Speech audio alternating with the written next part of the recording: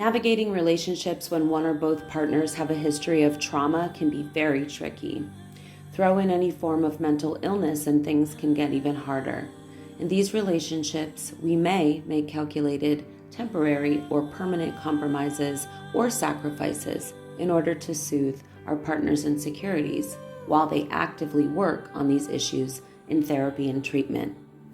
These insecurities can be due to abandonment wounds, where a parent abruptly leaves a vulnerable child that loves and needs them, severe childhood or past abuse, anxiety, mental illness, or anything else. We are often willing to make compromises or sacrifices out of empathy, since we know what it's like to emotionally struggle post-trauma ourselves, or when you and your partner are navigating and healing together. Who would we be if we didn't empathize with our partner under these heart-wrenching circumstances? I personally think of the lengths I would go for my own child's healing if they had a mental or physical illness. But where is the line between sacrifice, compromise, and self-autonomy? These are some of the questions I've personally had to ask myself in navigating my own relationships circumstances. How much should you sacrifice? Where in the relationship should you compromise?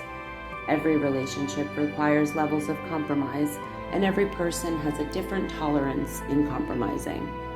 Does your partner make compromises for you?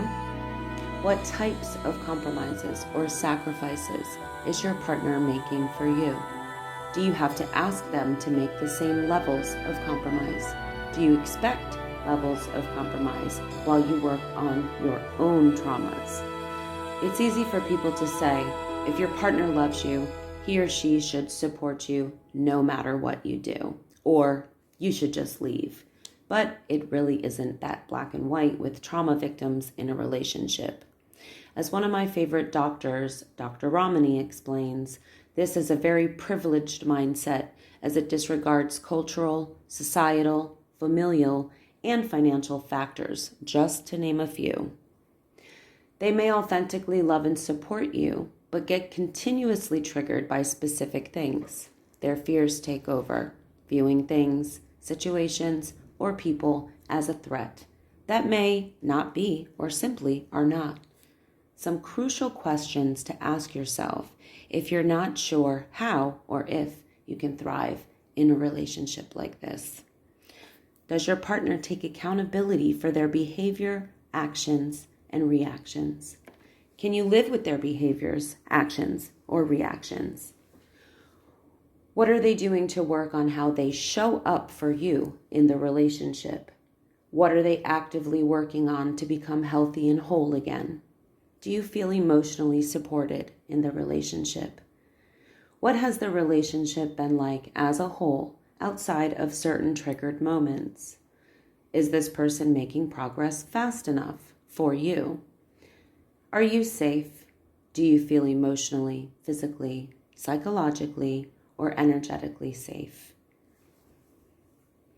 Everyone has different views, needs, opinions, backgrounds, traumas, history, experience, deal breakers, and tolerance. So the answer won't be the same for everyone. Here at Divine Feminine Group, we believe in a judgment-free zone where we support each other while navigating difficult emotions and situations that may not always be black and white for some people.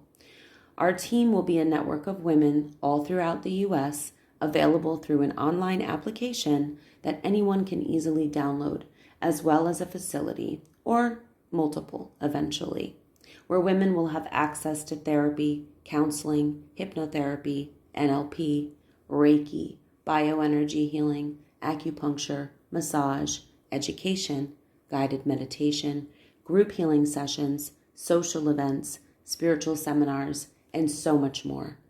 All of our professionals are highly qualified, licensed leaders or experts in their respective fields.